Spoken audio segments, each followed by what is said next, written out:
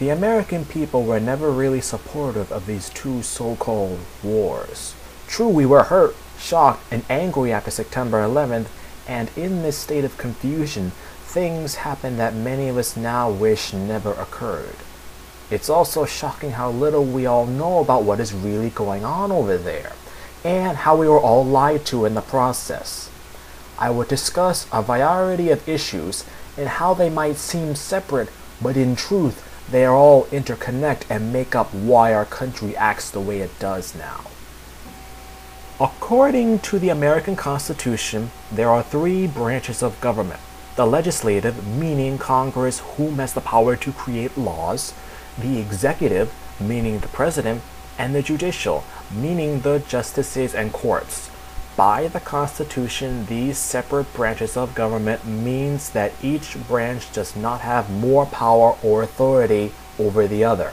They are all equal and must function together in order for the country to run effectively. But it can be argued that there is a fourth branch of government, special interests. This so-called fourth branch of government can affect the judgment of one or all three other branches of government. In an article from 2005 informs us that, quote, special interests and the lobbyists that employ have reported spending since 1998 a total of almost $13 billion to influence Congress, the White House, and more than 200 federal agencies, end quote. This is why we stayed in Iraq and Afghanistan for so long. There was no real reason for being there, but the special interests kept us there for various reasons, most commonly thought of as oil. The influence and grip of lobbyists and special interest groups is extraordinarily powerful in America. Americans can sometimes say that Washington is broken, or there are a lot of crooked politicians in the Capitol. Why? Because of these people who are corrupt and not work for the people, but for big business.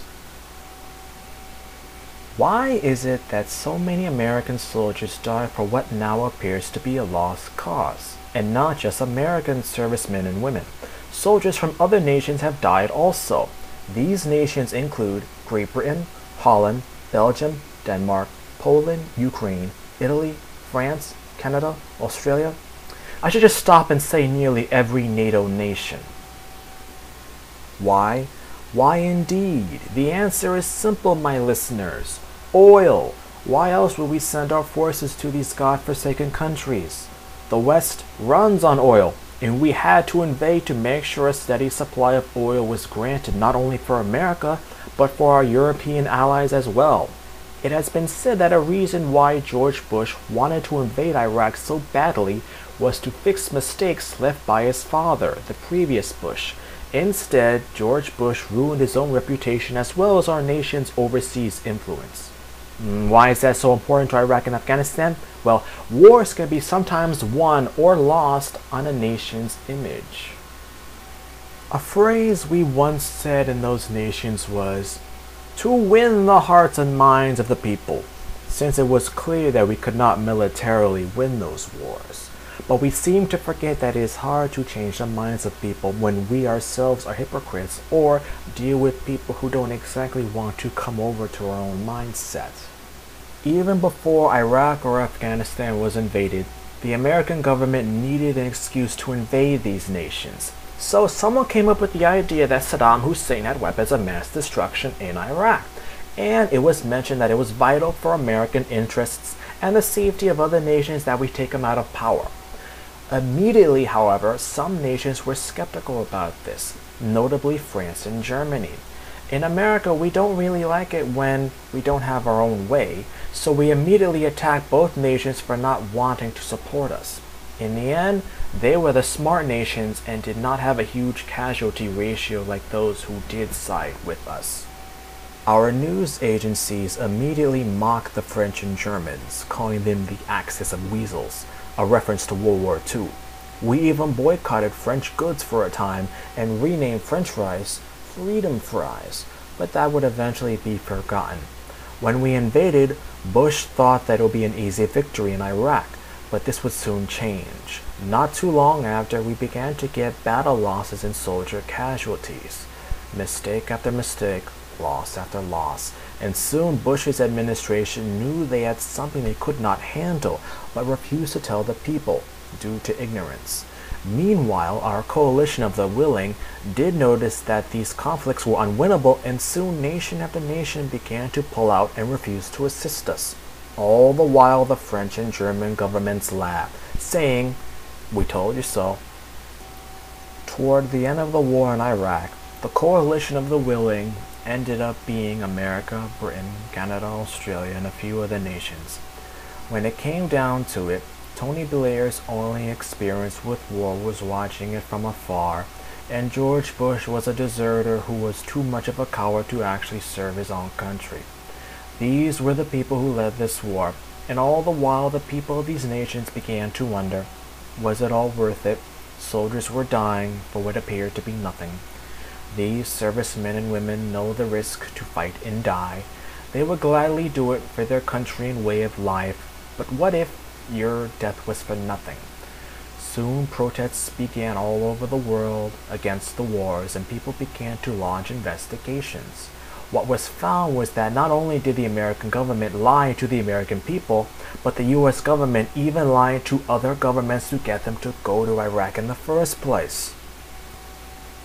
All the while, soldiers of various nations were still fighting, getting injured, and dying. Another cover-up was how returning veterans were being treated in America. One of the most premier Army hospitals, Walter Reed Medical Center, was allegedly shortchanged, and veterans were forced to deal with inadequate facilities and care. It's pretty clear how we treat our soldiers, exactly as Vietnam, when no one even bothered to show up to see soldiers when they came back. The difference now is that when they get back, we give them a handshake and a hug. But once it comes to adjusting to civilian life and getting a job, they're on their own. With all of this, you might be thinking, I'm not going to join the Army if I could. And you're right. Army registration numbers began to fall once these truths were made public.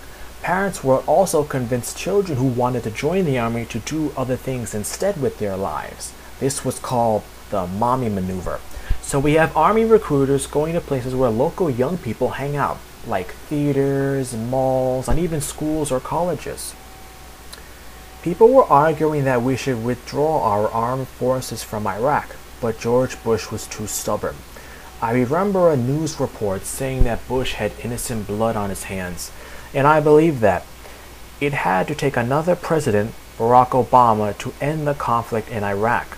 There was little that he could do, inheriting an unpopular and unwanted war on two fronts. It's been said that Bush ignored the Constitution when he declared that the American Army was going to Iraq.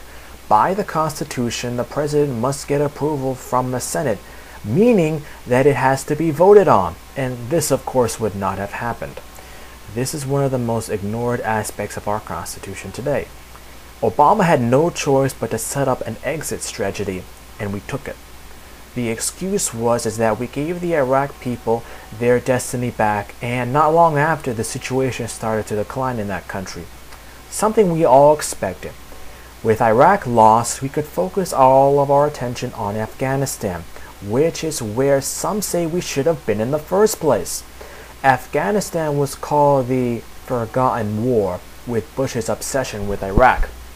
Resources were not really going there to begin with.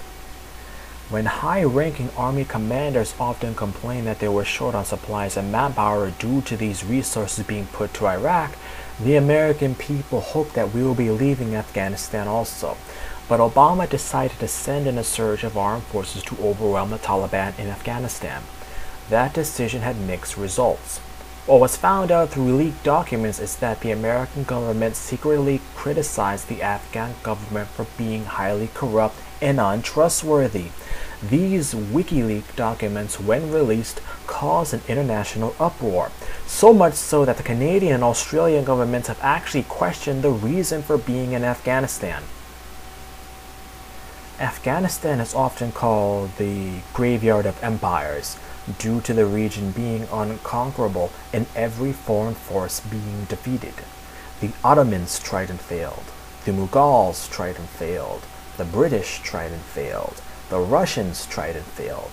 And the United States failed as well.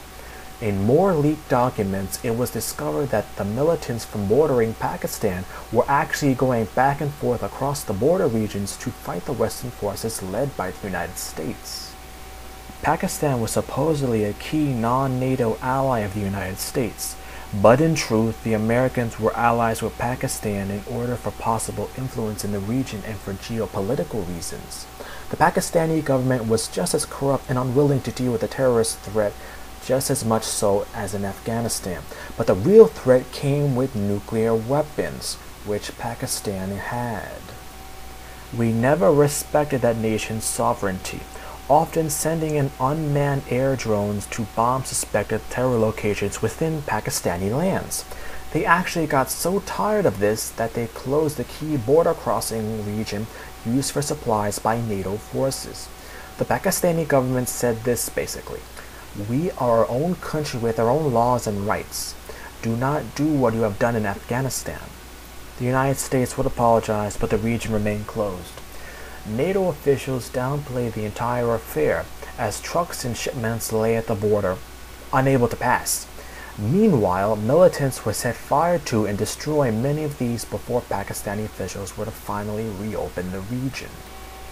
The situation was actually worse than it seemed. Up until that point, the United States basically treated Pakistani airspace and territory like an extension of Afghanistan. As a result, the tension between Pakistan and the United States would increase. One view is that the United States is struggling for influence in Pakistan as well as in Afghanistan, as Pakistan's political situation is highly unstable due to the assassination of Pakistani Prime Minister Benazir Bhutto in 2007. The legacy of the conflicts in Iraq and Afghanistan is far-reaching and quite possibly spells danger for the West. All nations to assist the United States have had casualties of their own. Bombings in London and Madrid confirm this. Added to that, Iran is now a possible threat to the United States because Iraq originally kept Iran in its place. But with Iraq now being a failed state, Iran is free to do what it wants and does not care about what the West asks or wants. Fighting unpopular and unwanted conflicts for over 10 years on two fronts have broken our military. Soldiers often have to go and serve more than one tour of duty. Why? Because no one wants to fight. So those who are already soldiers have to serve more than once to make up for the lack of numbers. The United States have actually trained soldiers in Iraq and Afghanistan to take over once they leave. But what happened was that these soldiers would actually fight for their own agendas and commit violence. Ethnic tensions and violence in these nations is also apparent, mostly in Iraq. There was actually once a possibility of Iraq being split into two separate nations to account for these ethnic tensions. Our international reputation is in tatters. Criticism of our nation is higher than it has ever been. Why? The American aura of invincibility is gone, so people or nations can speak what they want and not fear the consequences. The sad thing is, where our armed forces should have gone, like to Africa or South America to help in peacekeeping, to truly help the people there, has not happened. So, as a result, there is mass killing in Africa and political unrest in the Caribbean, Central, and South America. On a bigger issue, the world is advancing and we have now entered a state of decline. The issue is this: these wars will have a lasting impact on our nation, international image, and on our servicemen and women. And even with all of this mention, there are those people who would argue against what we have all seen and read over the years, thinking that there was a real reason to have all of this lost life and reputation. You might be wondering, why was this an episode of the TSP to begin with? Well, this was something that had to be said, even if it was not what we all wanted to hear. Well, what do you think?